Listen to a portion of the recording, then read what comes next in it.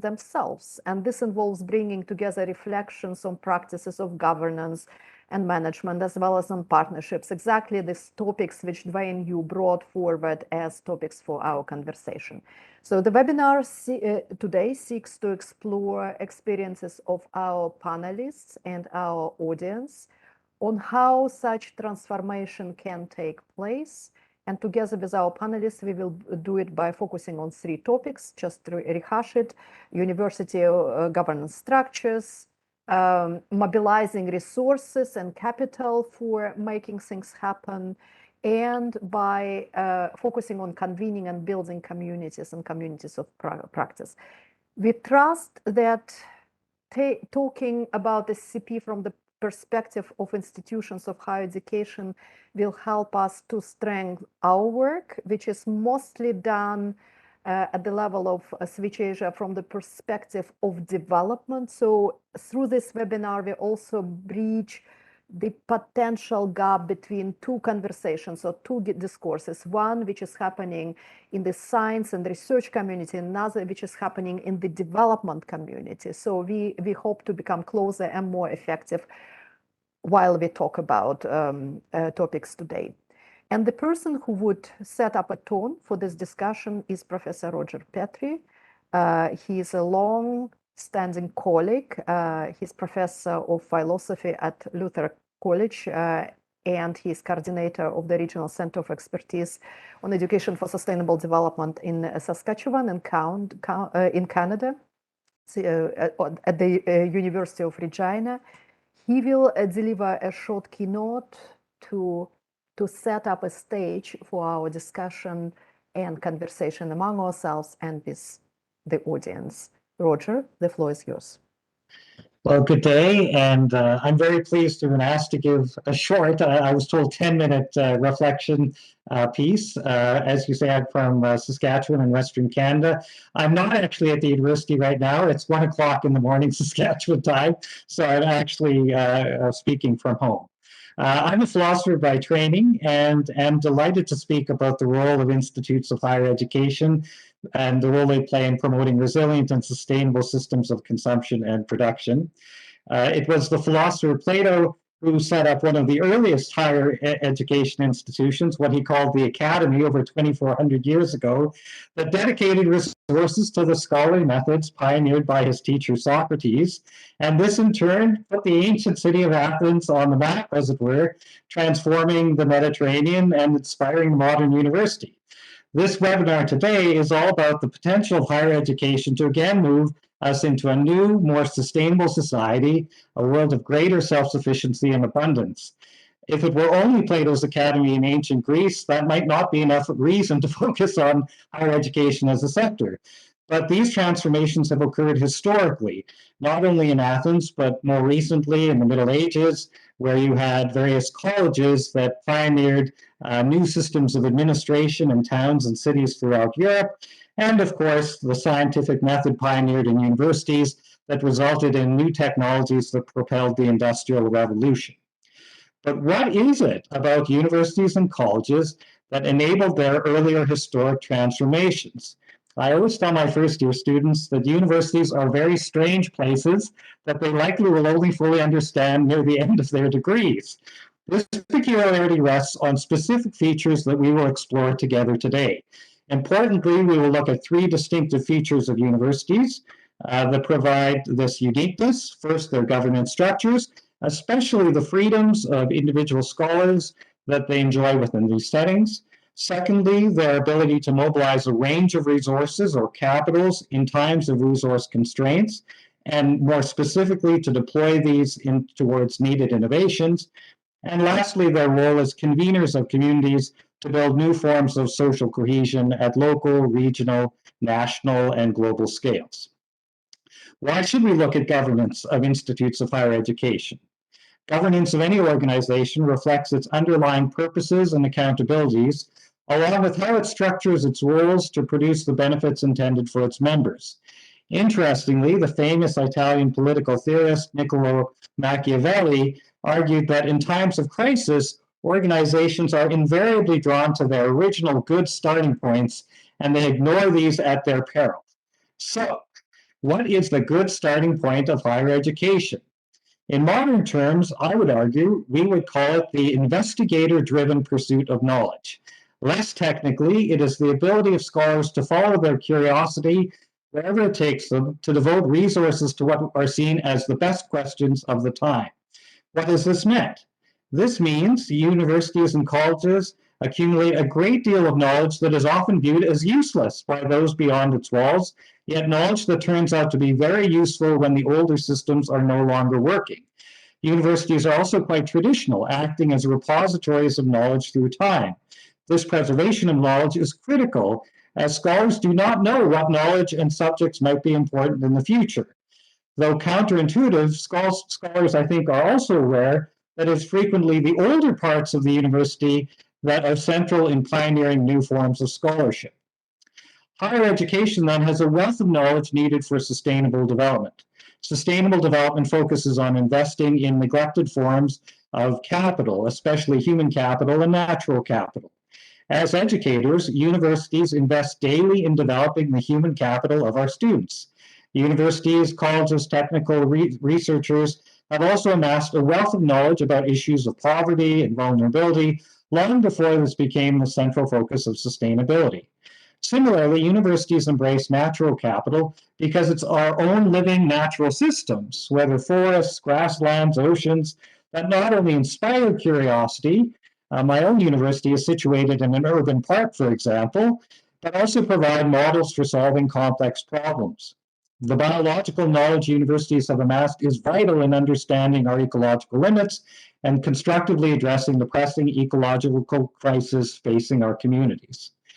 But there are also critical challenges to university governance. Many governments and other funders are applying performance metrics to universities that financially reward universities not for pursuing and teaching a broad range of questions, but instead limiting their activities to a narrow range of subjects, such as some of the hard sciences or engineering, mathematics, and so on. This forgets not only the value of advancing knowledge for its own sake as important dimensions of human well-being, but also the knowledge needed for other things, such as, for example, the basic functioning of democratic societies. The pursuit of market metrics, and so, for example, in Canada, some universities are being funded for the number of students they graduate who are employed quickly over the short term and who earn the most money, for example. This skews university teaching and research towards the status quo of existing market systems and players, precluding the deeper social, economic, and technological innovations that are likely most transformative for local communities that lack wealth or lack market influence. As my colleague Dr. Mark Spooner says, universities end up training graduates for the jobs of the past. More challenging, entire parts of the universities, including the humanities, fine arts, and social sciences, are often neglected despite the valuable contributions they can make to sustaining human and social capital. The second area we will look at today is the distinctive ability of institutes of higher education to attract, generate, mobilize, and maintain a wide range of resources or capitals. As traditionally self-governing institutions, universities are able to mobilize and direct capital with greater independence than most other organizations. In a way, a campus is its own community, like a town or in some cases a small city, acting traditionally as a nexus of consumption and production that we can in turn experiment with. Universities traditionally have had a sharing economy, with scholars pooling resources in libraries. It was the development of open source software by Richard Stallman at the Massachusetts Institute of Technology, for example, in the 1980s, that is now the backbone of the modern digital economy. The mandate for discovery of universities also means it has resources for innovation when other industries and governments are cutting back on research and development. As curiosity is self-driven by individuals, the investigative culture of universities requires a high level of freedom that lends itself to reinforcing democratic principles through collegial governance, again, an important source of political capital. In mobilizing this abundance of capitals, universities again also face challenges. With restricted resources, some universities are retrenching around more traditional scholarly specializations and output. Despite the imperatives to mobilize faculty and students to engage communities for sustainable development, Others see this porous university as undermining and possibly threatening the so-called ivory tower, especially as it challenges more traditional forms of scholarly output measured in books and articles and patented technologies, and the ability to garner financial support for these. Universities are also faced with the challenge of sustaining the specialized knowledge found in their disciplines, while at the same time advancing interdisciplinary knowledge grounded in real-life problems of communities. Finally, institutes of higher education play a central role in convening, building, and maintaining networks locally, nationally, and globally. Their accountability to citizens in general over the long term, as opposed to, for example, any particular government or organization or interest, allows for an impartial engagement with a large range of stakeholders. In a world of fake news and social media, institutes of higher education also serve as honest brokers able to build trust. Why is this?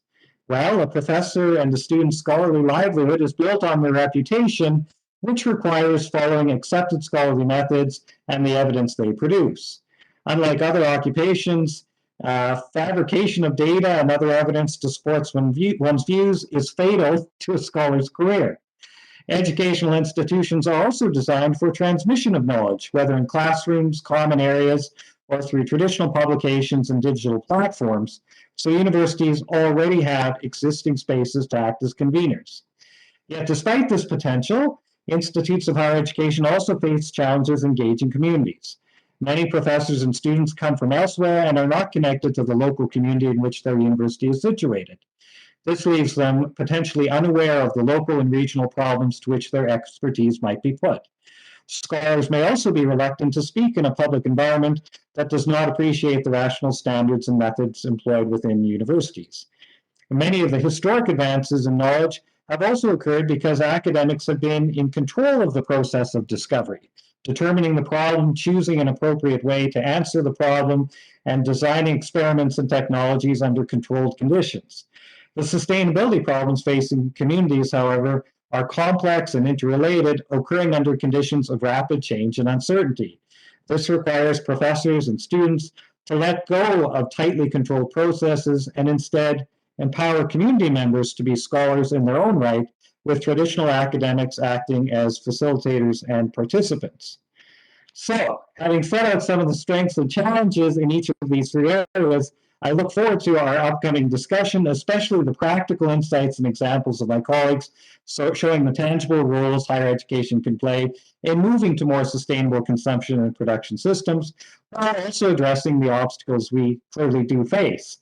I will also mention some of my own collaborative work with other universities around responsible consumption and production, and in creating regional centers of education for sustainable development, but that will be in response to some of the other questions. So thank you, Zenaida, and I'll turn it back to you.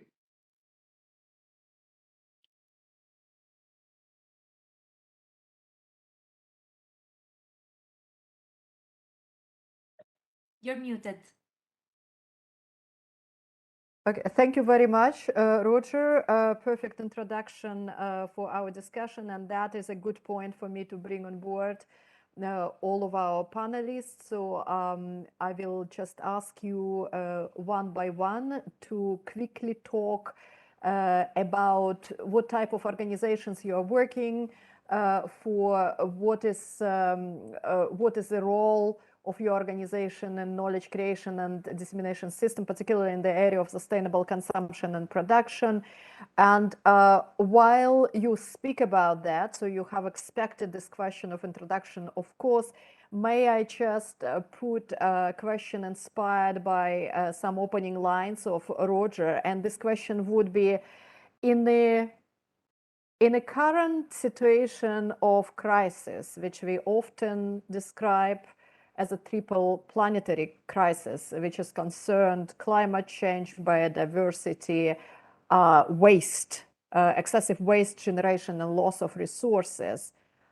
Do you feel that your universities or your institutions of higher education actually are gaining more prominence and becoming more appreciated, or the attention which is paid to your institutions before, let's say, COVID crisis and acceleration of the climate disasters and emergence of war remains at the same level. So where the temperature in demand to your current work? So a bit of a reflection together with introduction, please. So can I just see by the show of hand, maybe some colleagues would like to go first. If not, I will just call on you arbitrary. So no show of hand, and therefore can I just, Antonio, ask you to step in, please? Okay, thank you.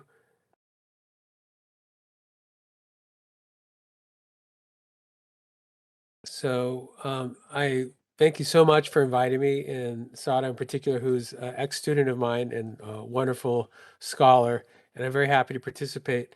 So just to let you know a little bit about myself, I'm based at John Cabot University in Rome, Italy. It's an American liberal arts university, and it's primarily, not exclusively, but a teaching institution. We don't do research is not our focus. We serve a lot of study abroad students. We're very international. We have students from all over the world. And I think my presence here is to offer the faculty point of view, someone who's not in the administration and someone who's trying to work on promoting climate curriculum and changes at the university, but from the bottom up. And my particular expertise is eco-media literacy, and I'm very much interested in the problem of disinformation and how to communicate solutions. And I work mostly with students, so that would be the perspective that I have to offer with today. And in answer to the opening question, I would say that climate is probably a low priority at our institution. Coming out of COVID, I think we had such a huge struggle to get through that crisis. And being in Europe, we're also dealing with the war, energy crisis. So it seems to be a low priority, but I know that from my interactions with colleagues and students, people care deeply about the climate, but there's very few people that are actually trying to promote it on a system-wide scale at the university. But this is one of the tasks that I'm engaged in. Thank you. Thank you very much, Antonio. And next, can I just ask Professor Jordan to step in, please?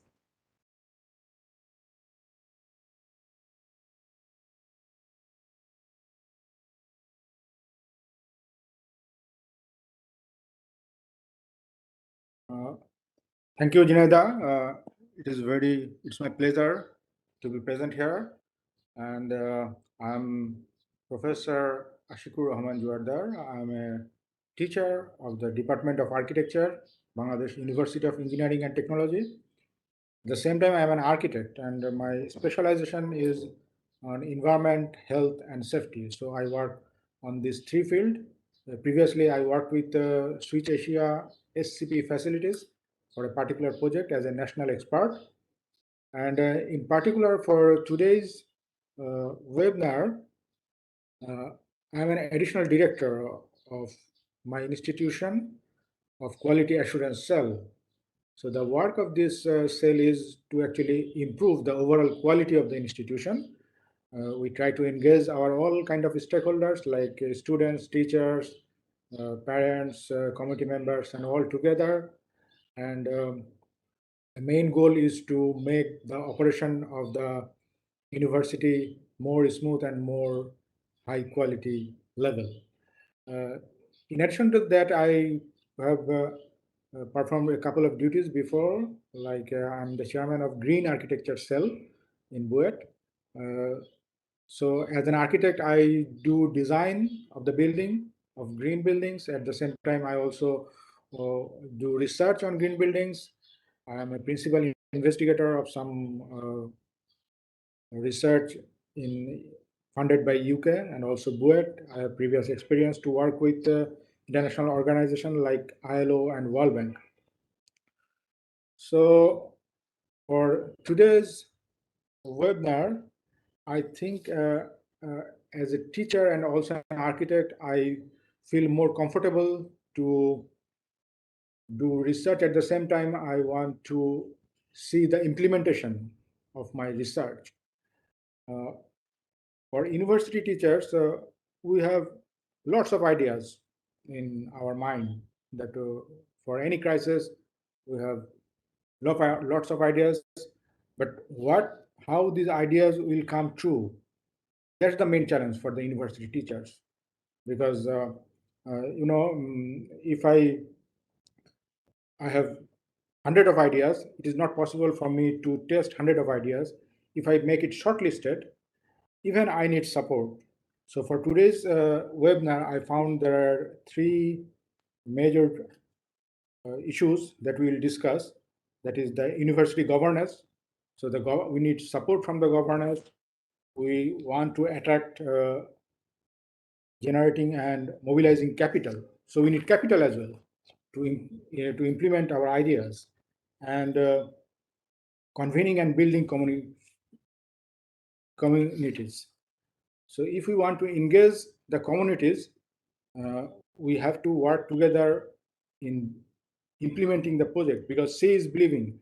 If you talk to someone, they will just listen. If you show them something, if you want to engage them with building or making something, then it will be more fruitful. So probably we'll discuss on these issues throughout the webinar. So I'm leaving here. Thank you. Thank you very much, Ashkur. Next person I would like to talk about himself, his institution experiences is Kanat, please, from Central Asia. Yes, thank you very much, Zinaida. Dear colleagues, dear panelists and participants, it is a big honor for me to participate in today's evening. I work at the American University of Central Asia at the Tianshan Policy Center. I have a completely different background from my colleagues because for more than 20 years, I worked for various international organizations in Kyrgyzstan, including UNDP, FAO, WFP, and other UN bodies. Like almost 10 years ago, I came to AUCA to help university to lead the project and applied research center. So at our center, during this 10 years, we have implemented more than 40 different studies, research, and small project activities. And we don't have a specific specialization because we are part and parcel of the university community. So we work with all the faculty and students, and of course we have very unique niche being an academic institution, and that's why we are quite interesting partner for international organizations working in Kyrgyzstan and Central Asia. And since many years, we have been focusing on issues related to sustainable consumption and production. And it is a very interesting topic. And being an academic institution, of course, we provide, first of all, pieces of useful information to all the consumers, to small and medium enterprises working in this sector, in various sectors actually in Kyrgyzstan, who are eager to implement some of the green technologies in their everyday activities. And we do it through various public awareness activities in the internet, website, social media. And also we are engaged in some policy activities as well. And I think being an academic institution, it is a very good place to convene all the stakeholders and to provide more or less, let's say, holistic overview of the policy background in the given country. Okay, that's it from my side. Thank you very much. Thank you, Kanat. Thank you very much. Daniel, Europe speaking, please. The floor is yours.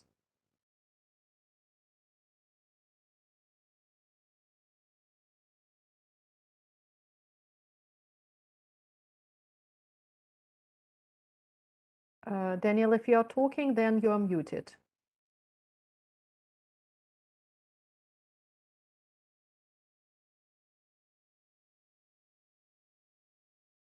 It work now? Yes, please go Yeah. ahead. Sorry, double muted myself. So thank you very much, Sanita, for the invitation for the panel discussion for today. I think I bring in a completely different view in here. I have 3 different hats. So I'm here now as University of Innsbruck member, as a senior researcher of our unit of energy efficient buildings. So in our unit energy efficient buildings, we're focusing on 2 topics. It's energy efficiency itself in building and processes, and on renewables and the combination of it. So my background is mechanical engineer and mechatronics, so focusing on solar cooling and heating systems. But it's always in line with energy efficiency.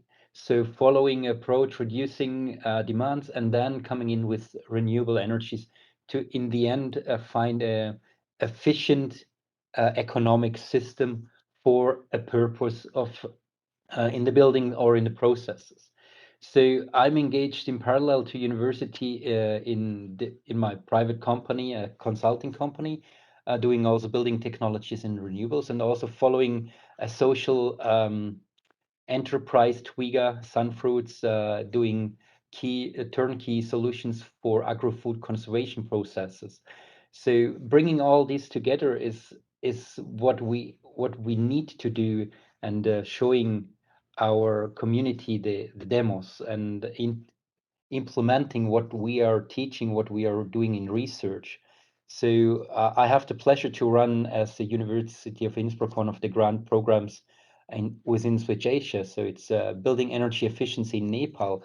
So bringing the technology and the knowledge that is there since a couple of years or decades into foreign countries, combining it with the local knowledge is then getting the trust what we need to implement the technologies itself.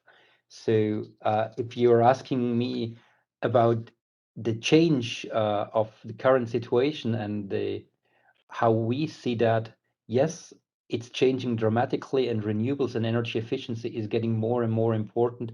And so we are more visible than 10 years or even 40 years ago when our unit was formed.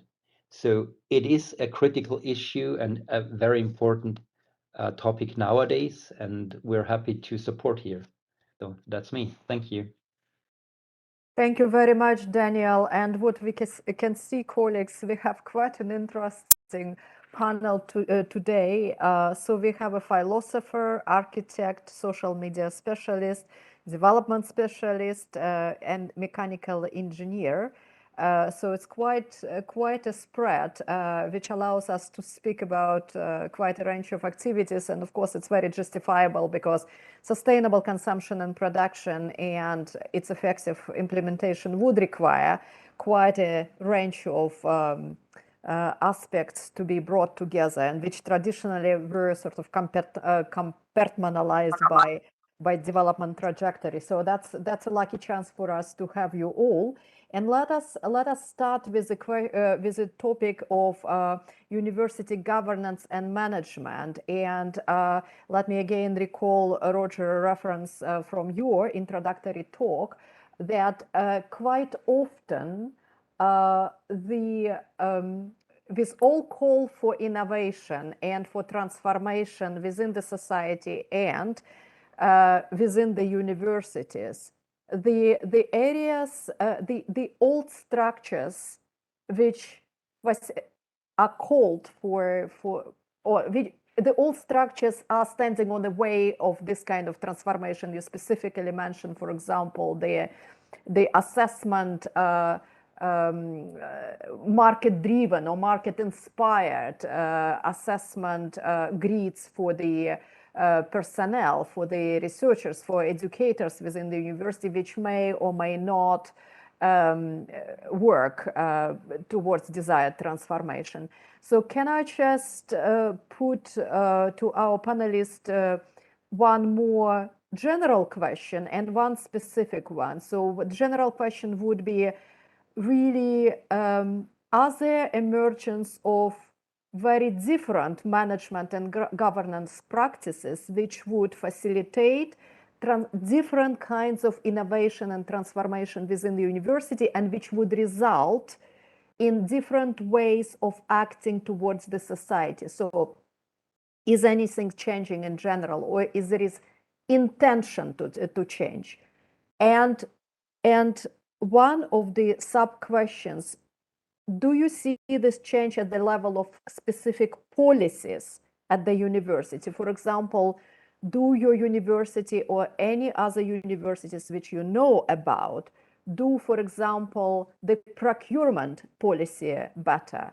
Or do they have difference in the way of staff promotion, where sustainability aspects become actually the point of merit? So are there nuts and bolts in terms of procedures and also policies at different levels in the university which would facilitate transformation? Or there is nothing at all, and again, as Roger, you said, we are sliding back into more conservative, mean and lean way of running the institutions of higher education. Now I will just look at the show of hands, whoever would like to go first.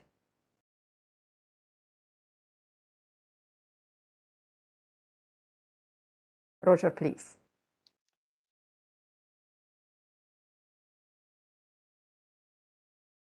You are muted. Okay, I guess there's a few things I might say in terms of new management practices. I mean, at one level, we're seeing the corporate university, and that is causing a shift in terms of faculty as being treated more like knowledge workers. Oftentimes, the scholar's identity is broken into pieces. So some people are just teaching, some people are just researching, some people are focused just on certain types of community service. But really, in terms of sustaining the individual scholar, that breaking down of the identity is kind of problematic. Partly because, you know, for example, if I take a classroom of students and have them work with a community to, say, identify their sustainable development indicators around the UN Sustainable Development Goals. Well, that's not just teaching, that's providing a huge service to the community that's involved, as well as generating a lot of interesting new discoveries for me as a researcher. So anything that can bring that back together is important. And so why I'm quite interested in research for education for sustainable development is that it brings those three parts of my scholarly identity back together. The other thing, I think your point about rewarding sustainable development activities, I'm at a liberal arts college where they are quite open to different types of scholarly artifacts as part of what I produce. And so my work in sustainable development is seen as on par with the journal publications, book publications, and so on. So I think that part of measurement is quite critical. Thank you, Roger. Antonio, please. He touched on something that I want to reflect on as well, which is the corporatization of the university, and in particular, a shift in philosophy about education as thinking of it from more, at least in my field, from liberal arts to a more market view of education. And one of the results of that, it seems that the issues related to sustainability are being shifted more to technical areas of the university, whether it's in the business schools or engineering or science departments, which are, important. All those areas have to be incorporated, but in the process of universities shifting their priorities, investing more, let's say, in business schools, what's being disinvested is in humanities and social sciences. And I feel like those also have a very important role to play in promoting awareness and developing sustainability, because it's not just a scientific and technical problem, it's a cultural issue as well. And we have to also have a good understanding of philosophy and language. And I fear it in some cases that the direction we're going in are becoming too technologicalized. And I would like to just reassert the importance of the liberal arts perspective and to make sure that, you know, interdisciplinarity remains an important element of this approach. Thank you, Antonio. So can I just a little bit break the order of the ranks here and check if Sarah is with us now? Sarah, you are with us. Can you show up yourself? Yes, I'm with Wonderful. you. And Wonderful, I- wonderful. I wanted to ask you to follow up on the call for significance and attention to the humanities from the perspective of Switch Asia, because we know very well where the development is falling short on inability to communicate properly. So how suboptimal communication and engagement with social media, however highly hyped and attended by millions and billions, nevertheless doesn't quite reach the result which we aim at. So perhaps, Sarah, you can a little bit reflect on that, because this is not only our program experience, but it comes also through the number of conversations you carry on with different practitioners in the communication in the field. So first of all, I want to share that several months ago, I read an article, I think, on technology, where basically even an organization like Google was emphasizing the importance of social sciences in all the professions. So it is true that I studied in an epoch where the social sciences were a bit marginalized, not to mention the communications and media. Today, I am in the privileged position to put my skills at the service of sustainability and sustainable consumption and production. And you can see a stark difference between those who are employed and have backgrounds in businesses, international relations, or other subjects, who are employed to do communications work. And I'm not saying they're not doing it correctly. I would say they're not doing it as powerfully as those who have a background in social sciences, who have a background in humanities, and therefore, first point is social sciences is the new normal, and I would encourage really everyone to go into studying, getting a first degree or second degree in social sciences, because nowadays it's a must to have this skill. Also, when I inherited the position of communication expert at Switch Asia, I saw that one of the biggest gaps in the uptake of sustainable consumption in production was due to the lack of understanding of what SEP is. And only through a very good approach on communications, including the intersectionality of this field of practice, we can really get the message across. So this is my quick contribution. And I agree with Antonio that even back in the days, the media, the communication, the social sciences, the humanities received quite a less attention compared to the hardcore subjects that we often, see, like business and others. So I think much more attention should be given to these disciplines, I think. And this is a voice from the, so to speak, field, if we can consider ourselves such. Thank you very much, Sarah.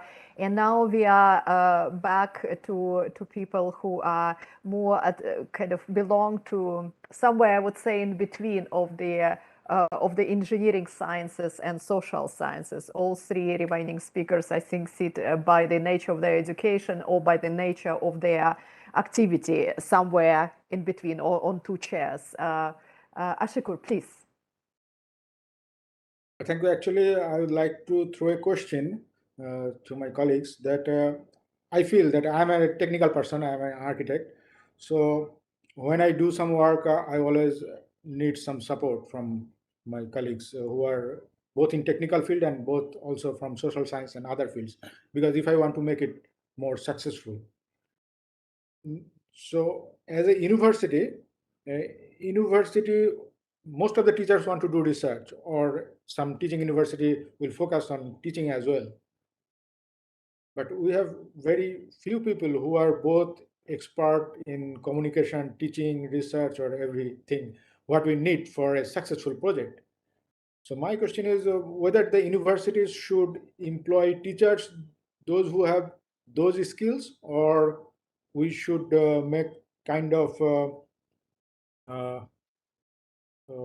outsourcing of these skills to engage in the university, or we should employ people who are not teachers but who will support us on these aspects. So I just want to float the questions to the panel.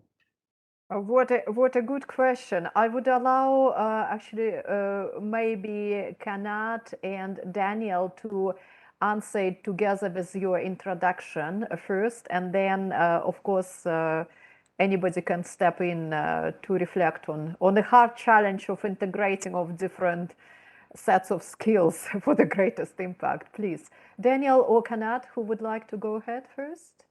Just unmute yourself and go, whoever would like to.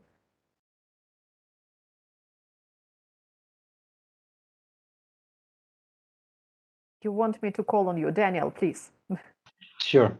Well, it's what I see here in there are several. It's a so broad topic, so I just pick out two arguments probably. So what I see here from university governance, the sustainability and interdiscipline topics are forced nowadays. So we are forced to form together with other disciplines, business, social, whatever. We're forced to do common teaching, common projects.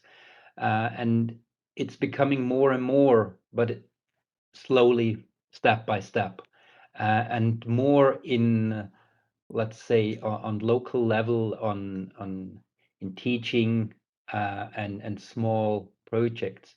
So in my perspective, what I'm doing here for in Switch Asia for building energy efficiency in Nepal, I was not able to find common researcher at my university. So I was calling to my network, are there other people out there who want to support me in that project? And of course I found them, but getting that network back to university, I mean, at the University of Innsbruck, we're a full university, so we would have all the knowledge. Forcing that, working together in cooperation and not against each other would have definitely make a big change at university. And just a small thing, another argument, yes, procurement and consumption itself is changing as well at university. If let's say, if the people up there are changing the rules. And for example, nowadays our vice rector is head of our unit, or head of our unit is now vice rector, and he has the chance to switch the rules, and he's doing it. But it's only because he is doing it. It's not coming from Austrian government that we need to change our procurement. Of course, there is a high level agreement on it, but in the end, the people who are doing their jobs, either in governance or in the projects, are the ones who can make the change. Thank you, thank you. And what I remember from experiences in Austria also is that there is a particular entity there where the rectors of different universities, at least in the years back, have been putting together some discussion groups or some networks for defining the directions towards transformation of university system. But as far as I understand, it was really personality driven. So it was some sort of personal journey rather than institutionalized practice. The question is, of course, to what extent it needs to be institutionalized. It's another interesting question, how much you need to force at least the leaders of the university to do something, or maybe it is exactly the area where the force need to be applied and the rest would fall into places. But this is an interesting question for our colleagues on the panel now. Kanat, would you like to share your view, please? Yes, thank you. So I would like to say that in Central Asia, I would say I think not only in Central Asia, but also in other parts of the region of the world. I mean, like it is also very much depends on the personality. So in our case, our government and management at the university is very green-minded, I would say, because now we are actually doing our studies at the new campus that was built in 2015. And this new campus is absolutely green because it is based on the geothermal actually system that supplies very green energy. I mean, like including heating for our whole campus during the winters, during summer. So it's of course, it was not easy thing for university to build such a system, but I think it already paid off because after we opened our campus, a lot of our colleagues from other universities they were very eager to know the specific characteristics of our German geothermal system, and I think it's a very good strategy when universities, I mean, like they show by their own example what can be done. And this campus was built like 10 years ago, and now we have a different management, but still we have a very high attention paid to the issues of sustainability at the management level. So we have the so-called sustainability working group, which consists from inspired faculty and students, those who really care about sustainable development. And this group meets twice a semester, and we discuss different topics related to sustainable procurement, sustainable waste management, other things like including curriculum. I think, of course, it is a lot thanks to our management, but at the same time, our management does these initiatives based on their assumptions of what the mainstream trends are in the world currently. And of course, sustainability is a very big topic in the global agenda. Thank you very much, Kanat. I would like to pick up on one point which has been brought forward by Daniel, but I also know that you all have quite a lot to say about this, knowing a little bit about activities of your centers or your universities. So Daniel, you mentioned that the integration between different topics of sustainability or between different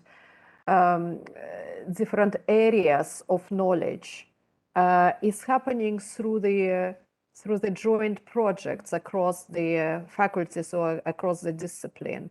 So is it the main point of integration? And the question is really, are there some other areas of activities in your universities which allow to bring together different disciplines at the level of education or level of research or level of community engagement, or all of them at the same time? So that would be interesting to look a little bit into the mechanisms of integration within the university and between the university and outside community, however you define it. Well, I'm again speaking from my perspective as applied research focusing on demonstration of the sustainability in buildings and renewables. So all the calls, either in Austria, EU, are forcing the interdisciplinarity. So, and yes, it's supported by university, either through teaching among a topic like sustainability, introducing different disciplines, giving a talk on their perspective on sustainability, from social sciences to economics to engineering and so on. And among this increasing network at university, I'm of course able to select and find good partners in doing common research together and showing up then in these calls as one huge, let's say, University of Innsbruck knowledge institute. And that is changing slowly and step by step. So all of the actions that are driven there are getting into that direction, yes. Yeah, well, but it's still my personal, my personal thing to find the partners. It's not that we have the platform already there. It's my personal network in university that I need to go through and ask around. Are you interested in that call? Does it fit to your topic? Or I know what you're working on. Can we adapt it to the program that I'm interested in? So it's still my duty to run for it. Although it's getting easier, the access. And so if we look at this from the perspective of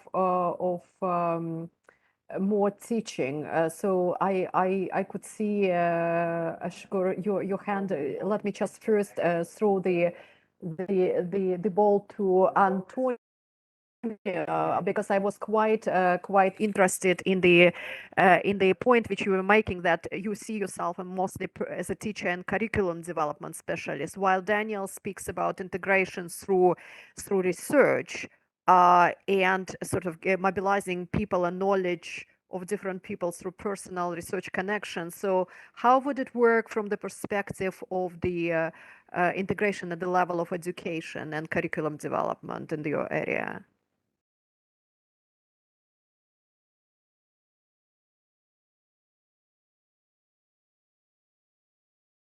Antonio?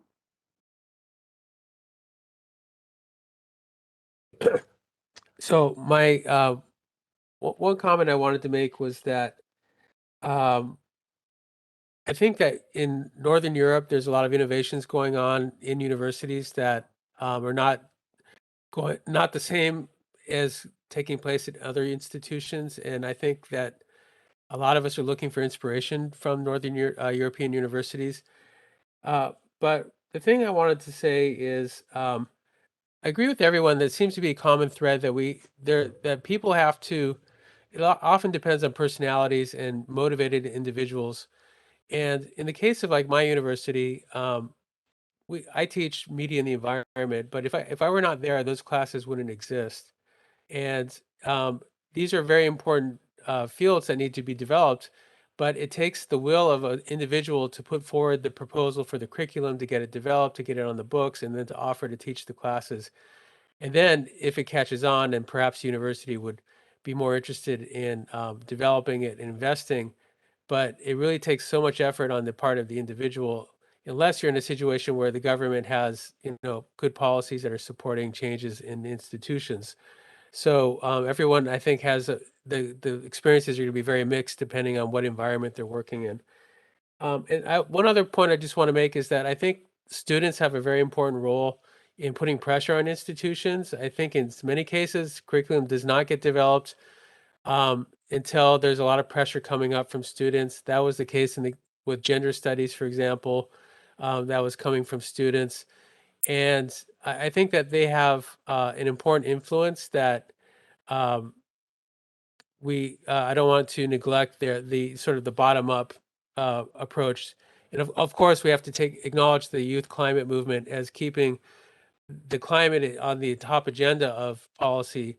And those students are high school and college age, and I think they have an important role to play as well.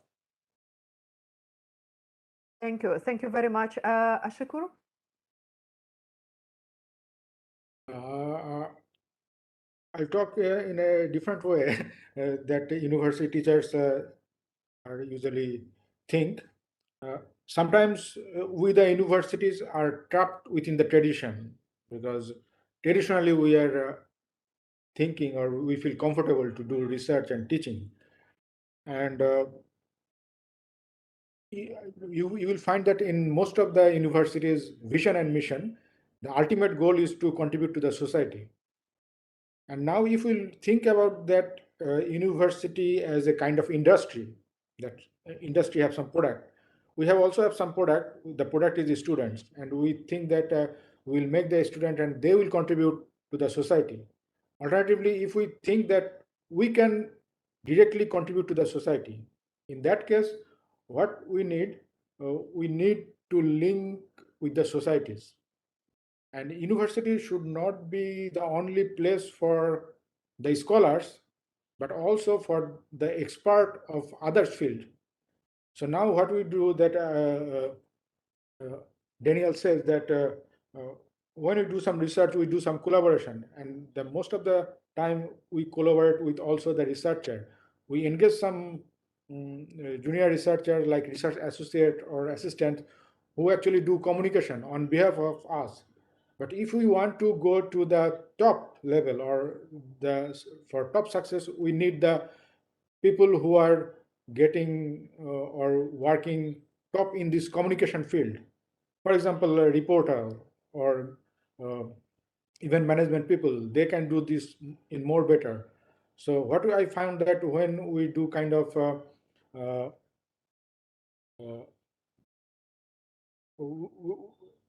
third-party engagement, that sometimes works better. But if the university can build their own capacity to do this kind of communication and management, that they will be as important as the scholar like teachers or professors, then I think it will be more important and more fruitful to contribute in the society. Like we can see the product immediately when we thought about the product or when we think about that issues. So there are some points I want to include.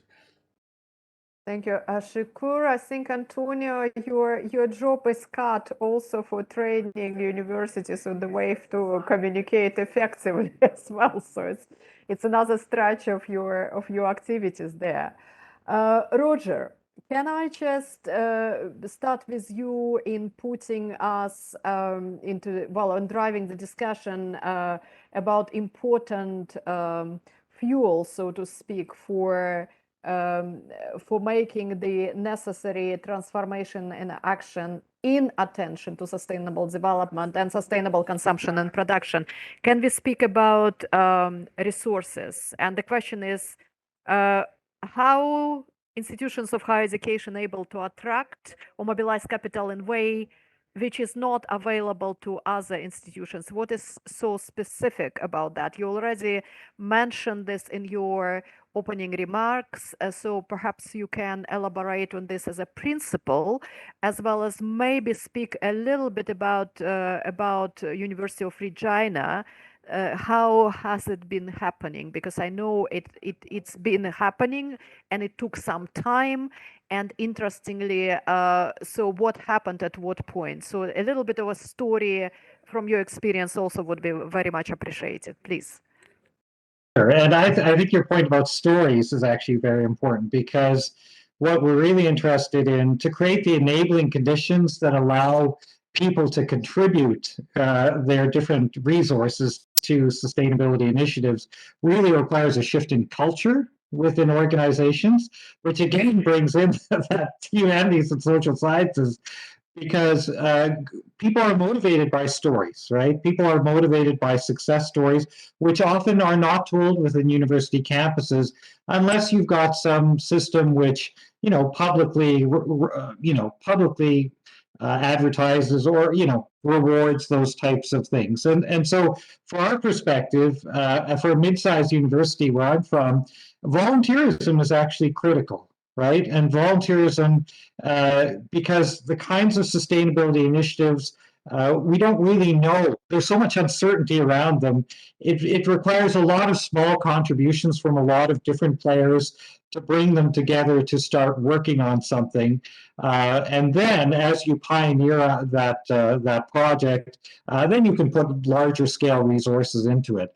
So at one level, it does require the leadership of the university to sort of give the blessing or the permission for people to engage in these sorts of things and the encouragement, but then also allowing the middle of the university to work on specific projects. So one of the key things we've done as an RCE, or Regional Center on Sustainable Development, is bring together multiple higher education institutions in our region around sort of annual celebrations, just so we get to know each other and people can start getting excited about the opportunities so they know each other. And it might seem very, very basic, but on the other hand, that really is the precondition for getting your universities collaborating with each other. And in turn, having the community practitioners seen as scholars themselves, bringing forward their projects and knowing that there are scholars that are interested, because there's a mutual legitimation that goes on. If we have community practitioners on the university campus, scholars end up getting recognized on their campus. If scholars go out to the community, all of a sudden the community is also recognized amongst their fellow community members. So there is this win-win situation that occurs when we cross those boundaries. Thank you. Any other colleagues want to share the reflections on the topic of resources available or perhaps not available to the universities in contrast with other knowledge institutions, such as think tank or somebody else? Yes, Professor Ashikur, please. Yeah, I'll talk shortly that actually the branding of university is very important, and it needs to develop a kind of brand for the universities.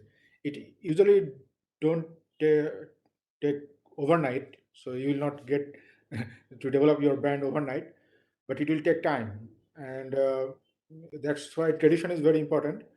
And there are in a country there are lots of universities, and if you go UK or some more developed countries, you will get hundreds of universities who are try to attracting the funding body or developing partners to get the fund. So there is a competition among the universities to get these capitals. So in that case, it is very important for the universities how it is perceived by the society and the government as well as internationally. And sustainable consumption and production is one of the way, I think, to attract these branding issues, because everyone now want to be sustainable, and if you want to run the university, you have to go for sustainability. Although SCP, the term, is not very much familiar in the dictionary of the university, if I am not wrong, but I think it's time to integrate these SCP issues with the university branding as well. Thank you. Right, and so for this branding, can I ask you and other colleagues, so do you feel that under this branding, there is a mobilization of resources, but also of people happening? And who are those people? And it is also somewhat, I feel, connected to my first question to the whole panel, and that is to what extent the pressures of realities, would it be war, would it be climate, would it be scarcity of particular critical resources, would it be COVID crisis? So to what extent such pressures bring resources to the universities or take it out of the university? And I must say that I experienced personally quite, two sides of that, because I was 3 years ago, no, actually 3.5 years ago, I was offered a professorship at one of the Malaysian universities, and I even accepted it. But then COVID came, and all of the non-hardcore sort of the funding has been withdrawn at this point, with all resources thrown at the medical research, and my position actually didn't come through eventually, or was rather cancelled after signing up with the contract. So this is one of the strategies of the universities, where universities are becoming lean and focusing on the hardcore. So while others were actually trying to go broader and engage with businesses with clear understanding that, for example, working with the business community on SCP and resource efficiency might get people more resources under circumstances where the government would not have enough resources to support universities simply because of COVID crisis. So there are different standpoints. So what is your experience in this area? How crisis offers opportunities for the universities to become more coherent, more systemic, more change-making entity, or it takes away from that? And Antonia, I can see your hand up. Please go ahead. I think that in the case of my university, I feel like financial survival is their number one priority. Liberal arts colleges are really suffering under the current economic conditions, especially American liberal arts colleges, because they tend to have high tuition and they're not supported by the state. So, but because universities and schools are starving for funding, that's created a kind of a problematic dynamic in which certain industries, which I consider problematic in considering sustainability solutions, are able to step in and provide funding and influence the way that university curriculum is developed. I'm thinking in particular the way that the fossil fuel industry has been able to finance chairs or departments and have a strong influence, which brings me to a question that I have in terms of when we say a university is pursuing a sustainability policy, what do we mean by that? Because sometimes it's just an act of greenwashing. And my concern is that I'll take the example of Stanford, which opened this new school of, I can't remember what it's called exactly, but it's a very innovative, futuristic, I think it's even called the School of the Future, which is about the environment. But the fossil fuel industry has a strong presence there. And I think that there's some people who feel that if they're the part, whether or not, how much they should be part of the solution and how much they're part of the problem, I leave that as an open question. I personally would I think that their presence is problematic from my point of view, and I'll leave it at that.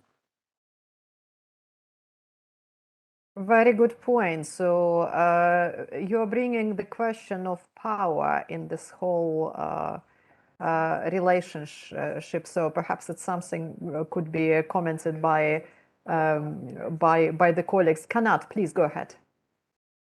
Yeah, regarding the situation now in our region, I would say that strangely, I mean, like this global crisis because of the COVID and some military conflicts in post-Soviet Union space, it also brings some unexpected benefits to Central Asian countries, because we have like an influx of competent persons from Russia, from Ukraine now, and a lot of students that would study there. For example, we have unprecedented inflow of Indian and Pakistani students who were studying medicine in Ukraine and Russia, and now all of them now prefer to study, of course, in other countries of post-Soviet space, and many of them have chosen Kyrgyzstan as a country of destination. So this is just like, you know, a new perspective from our region, because of course these global challenges, they make our works more difficult, but unexpectedly sometimes they can bring some benefits as well. Of course, who knows how sustainable it will be, but so far, I mean, like we have some positives as well. Very good, Kanat, and of course I know that one of the specialization of your center is migration, so it gives you yet another not only benefit in terms of students' engagement, but also an interesting perspective for the study on the topic of research. Roger, please. Crises. And I think one of the crises that we find in our Saskatchewan, we've got a lot of primary resource development and extraction and so on. And oftentimes the crisis is a community coming together and saying, we are having a kind of development imposed on us that we see as not sustainable. And we want a different development path that is more sustainable. Once they know that there's a community of scholars that is willing to help facilitate and convene the community to actually think about what we do want versus what's happening to us, in many ways, that crisis of unsustainable development is almost like the grain of sand that creates the pearl in the oyster. Because if it weren't for that external pressure of what the community didn't want, they wouldn't then move to the level of visioning around sustainability. And then, of course, the UN 17 Sustainable Development Goals are really very good at capturing the breadth of issues that citizens want to see in their development patterns. So often the university doesn't have to do a lot of effort when it jumps into those spaces because the community already is wanting to mobilize and they're looking for answers. So really all you need to do is at least have a space where they're aware that the university has people who are willing to participate to help them vision on a path to sustainability. And this willingness to participate might come at the price, isn't it? Because some of the positions which university would need to take in this particular case might compromise funding, which Antonio has been mentioning now, could come from the resource holders or resource providers whose interest might be questioned by this position of the community and university as a spokesperson for that. So we are familiar with the circumstances where university does find it rather problematic to take an official stand. Do you have experiences in this area, you or any other colleagues were speaking up and adhering to academic freedom of expression actually is sort of risky, but nevertheless has been done, and what helped?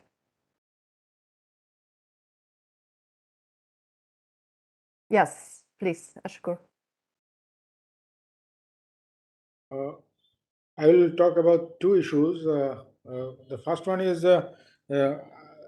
university's role, actually. In this regard, I might be biased, but the knowledge is actually concentrated in the universities, and they have less capital, means money, if I say it. So we need to integrate one with another, and sometimes collaboration doesn't work because we need to work side by side in the same place. Sometimes it works better. So it is very difficult to shift the knowledge to industry, might be, but shifting money is easier. So if we could shift the capital to the universities, that will work better from my perspective. Another point I would like to add with Roger, that university is always committed to for the development of the society, but there is no written agreement with the community and university. So it's a kind of voluntary work. When you work voluntarily, you will not feel very much. It will not be your duty at the end of the day that you will show that the community that yes, I committed this and now I'm giving this to you. So I think there is some kind of commitment a kind of written agreement where might be Switch Asia or other people can engage here to develop a kind of commitment where the university will be responsible at the end of the day to show that what they have uh, told or committed and what they are giving to the society. So that might be another way to integrate the community or society with the universities within a more bold connections. Thank you. We are talking about some form of sort of gentlemen's or ladies' agreement. So some, the specification of the general direction. So I wonder if such forms of agreement, quote unquote, do exist. If not in writing, that would be probably a little bit too formalistic, but in terms of engagement in the common process of development somewhere where universities and communities, local communities are engaged much more strategically and long term on particular areas of development. So Roger, you spoke about prevalence of the mining sector. So is it something which drives community and university into one sort of harness to fight for reasonable development? Or Daniel, is it in your situation so that this whole struggle against the energy scarcity or threat of the cold winter, so to speak, puts university and community somewhat in alignment, you feel? Or Kanat, is it something also comes from your side, particularly with respect of the very dramatic trends now in the region and in Kyrgyzstan in particular with respect to migration or with respect to the water situation, water and energy situation? So are there any issues around which provide chances for alignment of societal and university agendas? And if yes, is it being or has been ever capitalized on? So yeah, and I can see Antonia, please go ahead. Just a quick note to say that I feel like there is a big opportunity, and many European countries are realizing that we have to do a quick transition to decentralized energy systems and to clean energy because of the situation that's happening in Ukraine and Russia. But you know, the Italian government has been big on pushing conservation, and as winter comes, I think a lot of European countries are asking people to conserve energy more. And I feel like the universities could play a very important role at home in their own institutions of advocating for conservation, and that there could be a strong effort on the part of administrators, for example, to encourage conservation with professors, turning off their video projectors, turning off lights, installing motion detect or motion sensors and things like that. I haven't heard from anyone yet that this is a priority or that this should be done, but from my point of view, it seems like this is an excellent opportunity to start shifting our campuses to more energy efficiency. Daniel, very good. Please go ahead and respond to this as well. Thanks, Antonio. That was the right answer, or the right starting point. I mean, now through all the crises together, we know that within the next 3 to 5 years, we are lack of, I think, 50 million euros only at University of Innsbruck, just because of increasing energy prices and all the rest. So it's much easier now to convince people to think about energy efficiency in buildings and to follow the path that we are teaching. Now, it's just because of the crisis and just because now it's economically driven force. And of course, now it makes more sense. And now it's easier to communicate the message. If you're not building energy efficient now or doing green buildings, nowadays we will have problems in future. And that is definitely changing the game here. And also this is the internal view on university, and just one external view. So I'm allowed to follow research programs that have less than 100% funding or less than 125%, because that's what university usually go for. It's 125% funding. Yes, we go for it. But Switch Asia, for example, I'm running a program with 90% funding, but it's because of the topic. And university, of course, trusts in me that I will find the remaining 10%. But it's risky for university, but it's worth to go that risk because the topic is that important, and that changes the view of, let's say, applied sciences, doing research in the demos, and allowing us to go for programs like Switch Asia as university. Roger? So, I mean, I think one of the things around cost is once communities are kind of on the path to sustainability, they're often willing to act as living laboratories in that broad sense for scholars. And so in a way, the community can contribute a significant amount of sort of in-kind resource to solving sustainability problems, especially if you've got even citizen scientists, working to help you to gather data and so on. The other thing, the point you made, Zenaida, about large resource companies. I mean, what's interesting about a place like Western Canada, where we have these large resource companies, our provincial governments haven't been very strong in terms of regulation, particularly around the higher standards we might want around sustainable consumption and production. But then that causes tensions, because then you end up having large companies doing things which small communities aren't all that excited about. But what companies are realizing is that they need the social license to actually work in these communities, whether or not the regulation is there, if you've got weak regulation by the state. And so when you actually have an opportunity for broad consultation facilitated, say, by a university, it's important to have those large players there, because they actually need to learn how to do sustainable consumption and production. And in many ways, those resource companies are on the front line of sustainable they're on the front line, because everybody looks at them as the bodies that are extracting the energy, extracting the forestry products, all of those sorts of things, even though it flows through the whole consumption and production chain.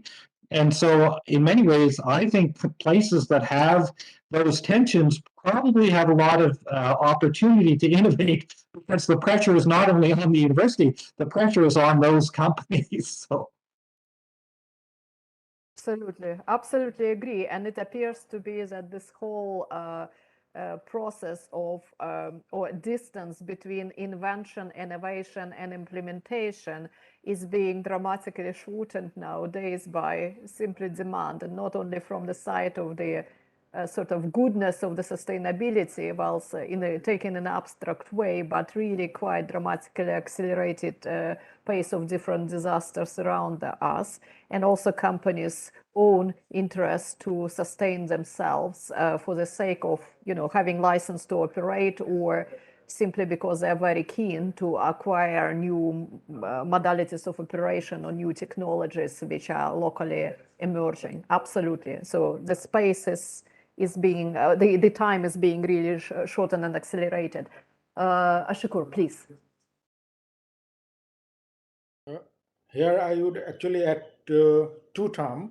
One is teaching sustainability and sustainable teaching. I use these two terms everywhere where I do some workshop or seminar. So university, as a university, we are teaching sustainability.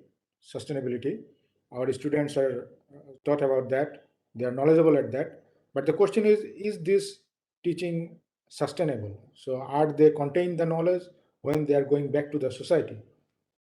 And now we are talking another thing for accreditation and other issues, ranking, that is outcome-based education. So now we want to see the outcome. What is the outcome of our teaching? That is important to know. So we will be able to know whether our teaching is sustainable or not when we get the outcome, or when we get the fruit from the society actually. So that's actually will identify or prove that sustainability of our teaching. So if the society is developed, then our teaching is sustainable. If it's not developed, or if it's not go any improvement of the society, then our teaching will not be sustainable. So we can think about this way, about how we can teach our students.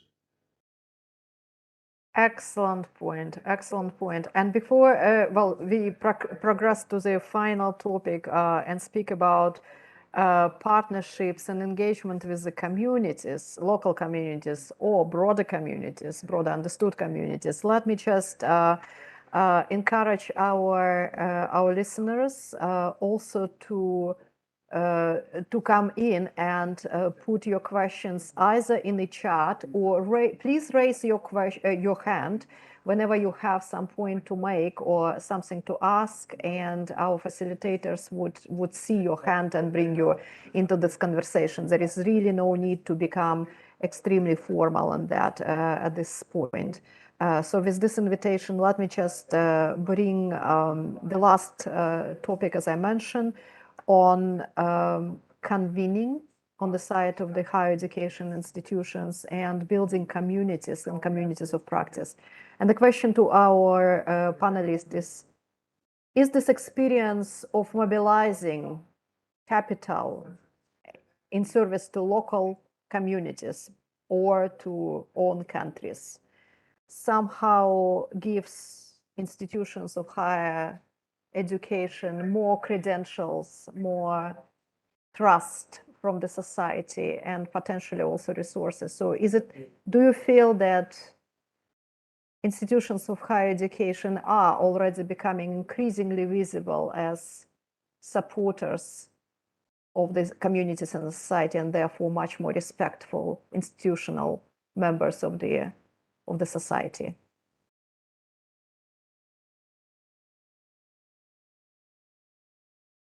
So it could be on a small topic, or it could be on a larger ones, generally about reputation building. So where the reputation of higher education institutions is now, when it comes exactly to Ashikura, as you mentioned, this need to be useful in any form. Is it changing, or we are standing where we were a few years back?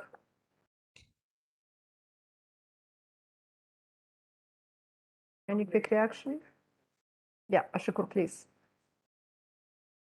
So if we want to talk about our today's topic, that is focusing on Institute of Higher Education, but this Institute of Higher Education is actually very broad. So there are all types of Institute of Higher Education. If you go for ranking, you will find that there are thousands of institutes who are inside the ranking. At the same time, there are more thousands of institutes who are not inside our ranking. So this is very important that when we talk about that, are we trust an institute, or do we have enough confident that the institution will make a change? This is particularly depends on which institute are we talking about. So there are many opportunities for higher education institutes, but all the institutes, for many reasons, are not able to take all the opportunities. But there are always some opportunities for development. So I believe that for any higher education institute, if we give them the opportunities, then it will be possible for them to develop or contribute to the societies. Yeah. Any other points to complement, to contest? Roger, please. I think what's interesting is that we have an ecosystem of organizations, I would say.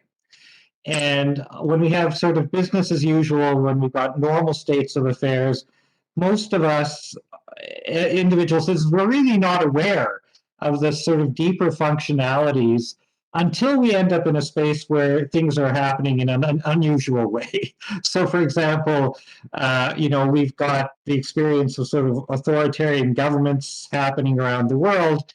And all of a sudden, our judicial systems are having to play roles that they traditionally did not have to play, but function in a kind of a crisis situation. Similarly, we've experienced the whole, social media, a lot of sort of fake news, false, a lack of evidence-based, and so on. And all of a sudden, the universities are emerging as a kind of stable pillar in that environment of misinformation that we didn't really have to play before. And all of a sudden, even as a philosopher, the word critical thinking, who would have thought that would become such an important core function for any citizen? And so that's part of it. The other thing is, I think universities can play a role in pioneering those new identities that people need to share for a greater sense of kind of global connectivity and harmony. And what I'm thinking of there is a couple of things. One of them is the idea of global citizenship, right? And I think scholars, to the extent we move students all around the world, we treat them respectfully, we create an environment where diversity is enjoyed, we can cultivate that notion of global citizenship, but we don't necessarily name it, which of course we should be naming it. The second thing we can do is cultivate the idea of sustainable livelihoods, and that everybody has a right to a sustainable livelihood, including our own scholars. All right, so we've got a lot of precarious labor on our campuses now, where we're not really treating our scholars as having a sustainable scholarly livelihood, and not really treating our students as trying to sustain their livelihoods while they're on our campuses and not ending up with huge amounts of debt and so on. And so if we could pioneer those new ways of ethically treating people at a higher ethical level, then we can show that to the community and say, we have greater capacity when we treat people better, including having sustainable livelihoods and sustainable consumption and production systems that support those livelihoods. And I think a similar sentiment also has been shared by Kanat. So when you are saying that the university is practicing certain activities as an institutional citizen, and others are coming and getting some interest in this. But my point is also global citizenship is great, and it's all of us are trying to play this role, and certainly the space in there. But would you also say that under current circumstances, whichever challenge we take, there is also much greater call for through each and every profession and field to bring the whole discussion about citizenship in the local context? I mean, in a national context. Else governance at any level just would not happen. And a lot of challenges which are happening now are exactly attributed to the level of governance and inability of many students or even many professors to understand what citizenship in own country might mean, and who plays quite plainly what role. You mentioned judiciary, but if you ask your students would they make differentiation between the three pillars of the in the country, so including judiciary. So that's something which actually is being called upon, it seems to, in the current scheme of things. Right. So let me just open the question, another and probably the last question. And I would also encourage all of us to think, or all of the people online, also to bring some of the questions to the audience, either verbally or through the chat. So, but this question would be in the context of relationships between, and your experience of building relationships, like Daniel, you were saying that you are constantly tapping on into your relations with the with different university researchers in own institution or outside, or in the in different other aspects. Where do you see the relations which helped you to become much more potent change agent already, and which ones of the institutions you would like to engage in much stronger relations. So what is already working well, and what in terms of relations is there? And Judith, I can see your hand as well. So let us just take a quickly the first round of reaction on partnerships which are working or should be working or should be developed from the panelists, and then we come to Judith's question. Just quick reaction from anybody of the panel. So what worked well for you? Roger, please. I'll just say, I mean, and this relates to the topic of citizenship. The voluntary sector, the nonprofit sector, relies on communities that have robust citizenship, where citizens can come together around specific projects or causes. And the loss of robust citizenship is a real threat to that entire sector of non-governmental organizations.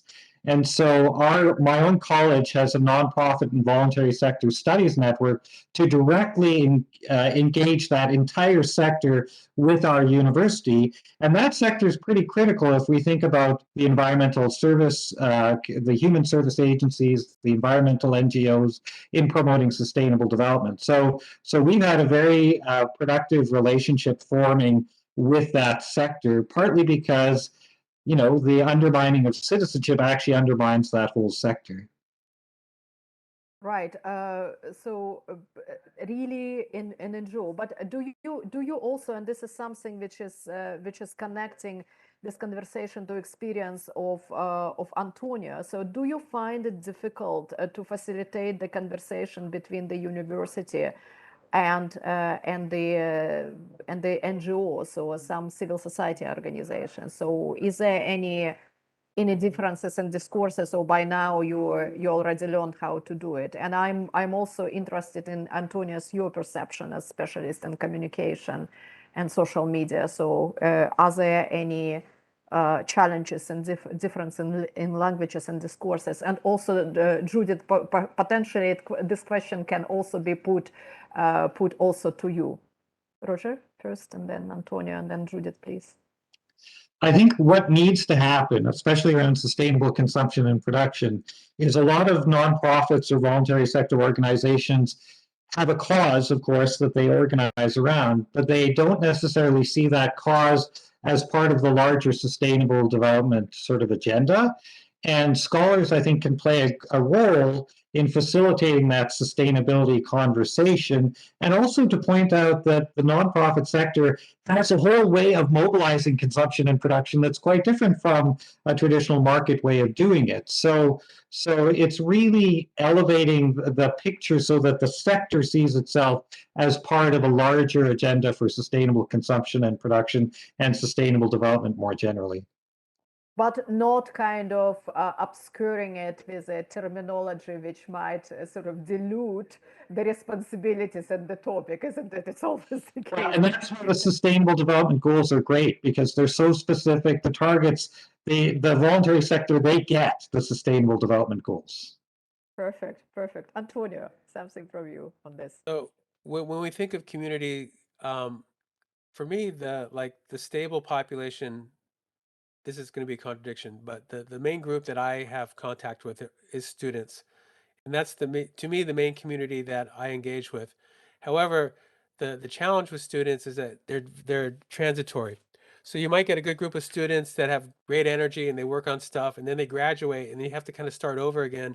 And it's always difficult to sort of maintain that energy. But I do feel like students can be very good at, the student clubs, for example, are much more active on campus in terms of promoting sustainable behaviors, raising awareness, educating, but they also lack training. And, for example, I'm teaching a class next semester on writing for climate crisis. And I went to the student grassroots organization. I said, hey, are any of you interested in taking the class? Because it would be great for you. But they're all like political science students and not interested in communication classes. And I don't have any comm students that are in the grassroots club. And so I'm kind of I'm like, here, I have this resource, I'm going to help. And I would like, I'm looking for participation. But just because of disciplinary interest, I can't bridge these two things. And incredibly frustrating. And maybe next year there'll be a big group of students that come in that fit that profile perfectly. But I'm always having to deal with what's available at that moment. Now, in terms of outward facing partnership building, I find that this is just for me in particular, I'm having a much bigger influence within consortiums between universities and with and with also academic organizations and scholarly groups. I feel like that's where I'm having the biggest impact and I'm seeing the most change happening is across institutions. So in terms of our particular institution, we're kind of unique and strange. There are a lot of opportunities where, for example, FAO is in Rome, and I know Judith has worked with FAO quite a bit. That would be a great place where these institutions could interface, but there seems to be, because of the bureaucratic cultures of each organization, an inability for these two institutions to have greater collaboration, and I wish that we could do that more. Right. Is it something to do with there is no profit in own land, or it is it's just a bit of a different issue? So it's half joke. Sorry, Judith, please. Hi, is my sound on? I think. Perfect. Yeah, this has been great. I would first like to thank everybody. It's a very rich discussion, and there's a lot, but I'll be very, very brief. It's from my own teaching experience. Antonio and I were in the same communications department at John Cabot University in Rome for a while. So this goes way back. I used to spend a lot of time with first year communication students talking about inherent bias. And this is, I think, fundamental because we can construct all kinds of discussion and even programs about sustainable development and, consumption and climate and everything.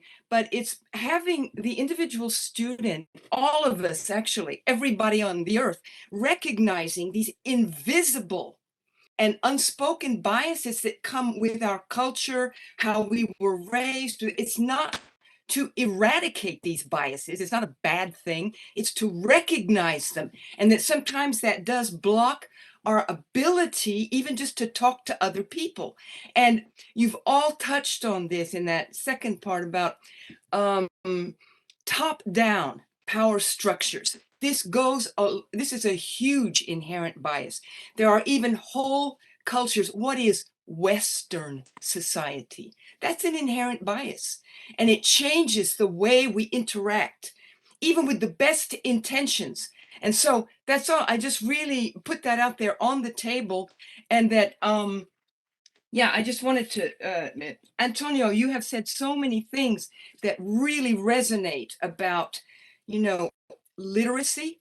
And I mean, that's your whole field, but it's that one of the biggest challenges I find in all of this, and it's a university thing, it's an NGO thing, it's Switch Asia thing, it's teaching literacy, and it's not necessarily reading printed words. It's reading reality. It's knowing what you're looking at and through what lens you're interpreting an action, a war in Europe, how you're reading it.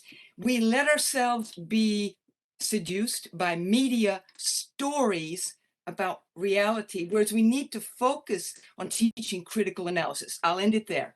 Thank you very much for the opportunity to speak. Thank you.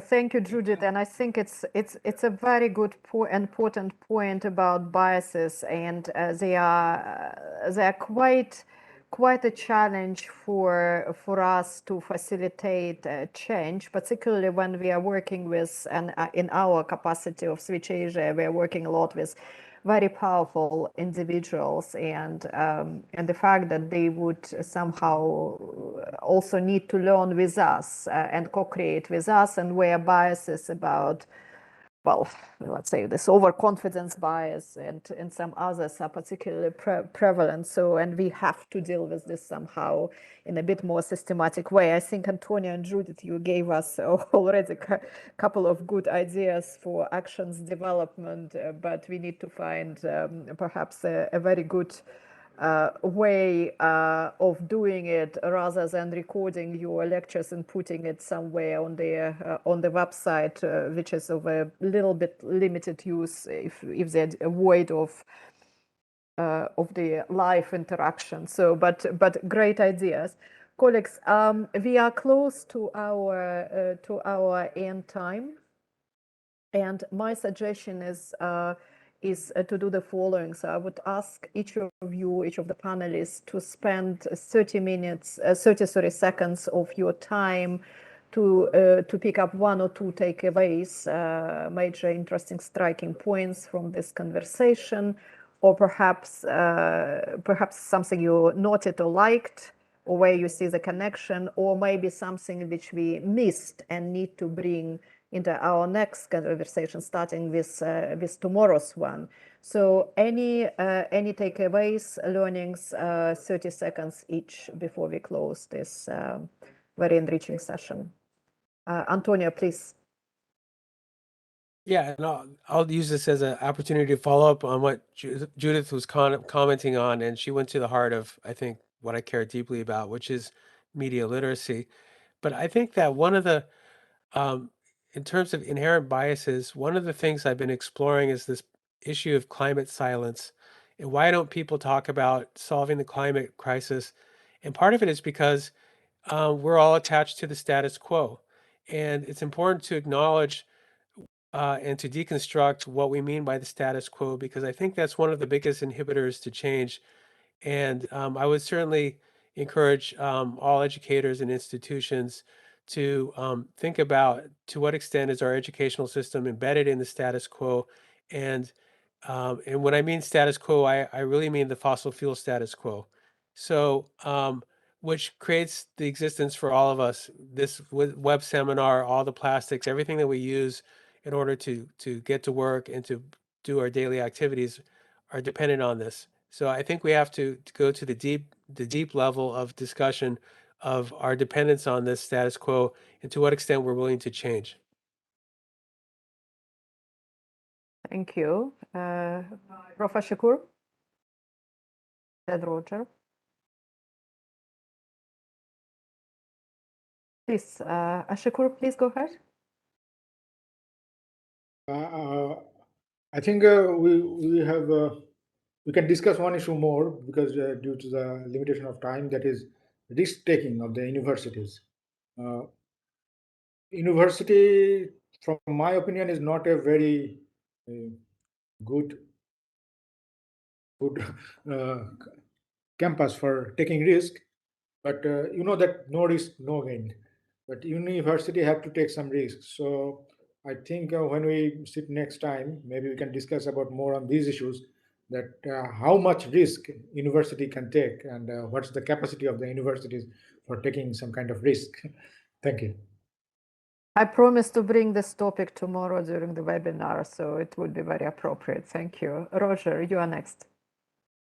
Yes, the other thing too is, I mean, we have this urgent situation, and we could think that educating as university educators, that then transforms what people do. But historically, often it's the introduction of one or two key disruptive technologies that change the dynamics such that people need to change in order to succeed with that new dynamic. So, for example, the introduction of money made it so that people didn't really want to accumulate a lot of goods to store value.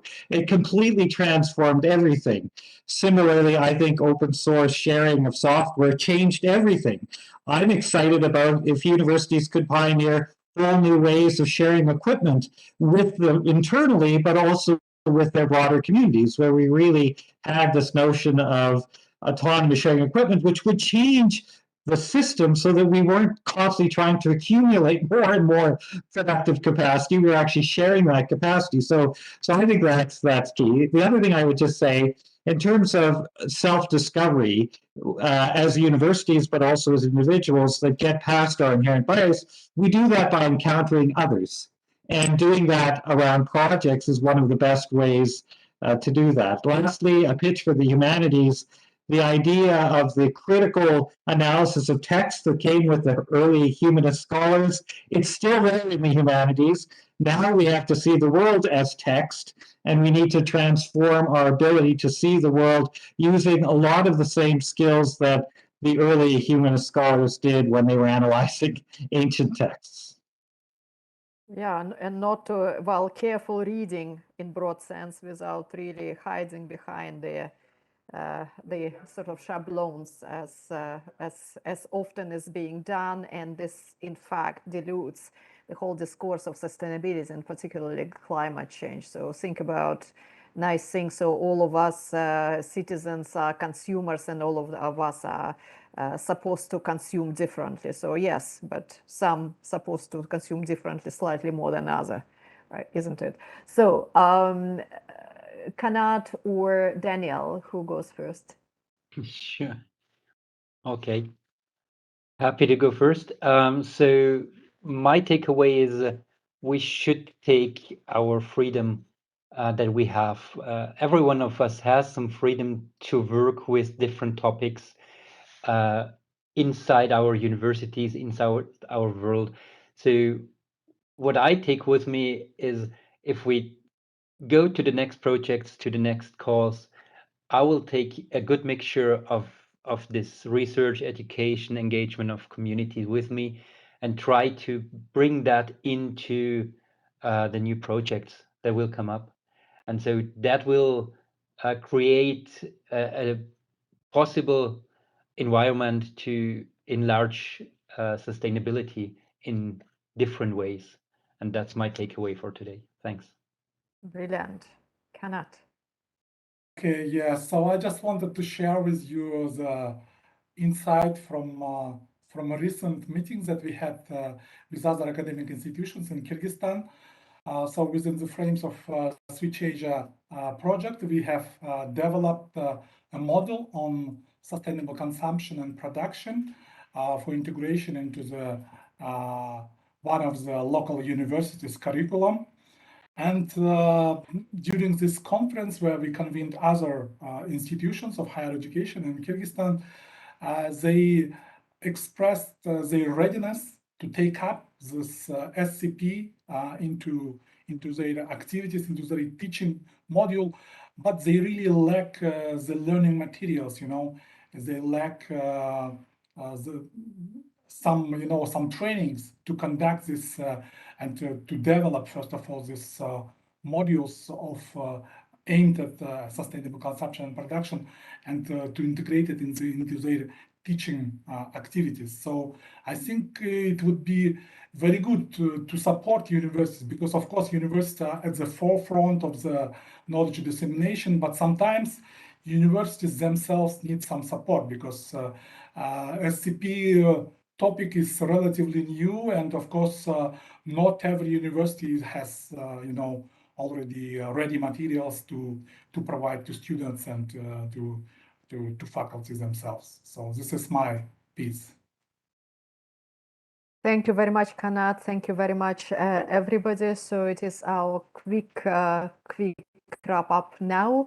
So from the side of Switch Asia, from my side, to start with, I would say that extremely rich discussion, difficult to summarize it. Well, I think that takeaways did it justice to too many points which were made by you and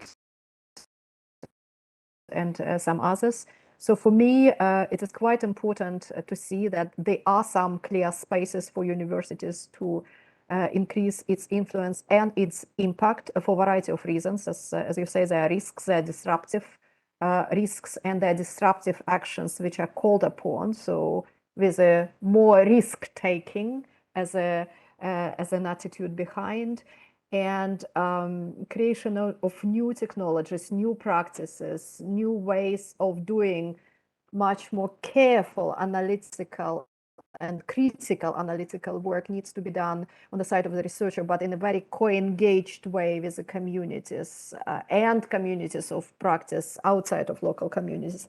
It's extremely important. So the time is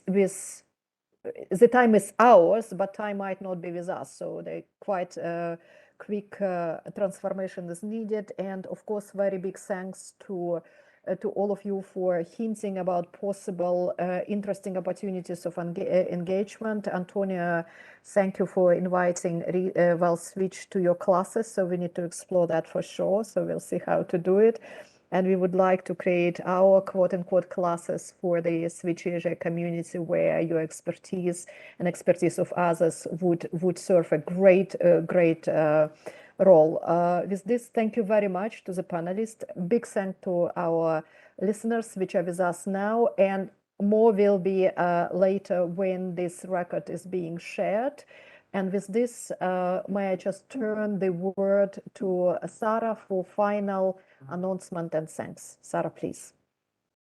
First of all, a big thank you to those champions who are helping really mainstream the knowledge to many different sectors of the population, including youth, students, who are sometimes not part of the conversation directly, like in our context of work, of daily life, but thanks to you, you're the extension of Switch Asia inside the schools, inside this community. So you, we bring you a very high value in our network.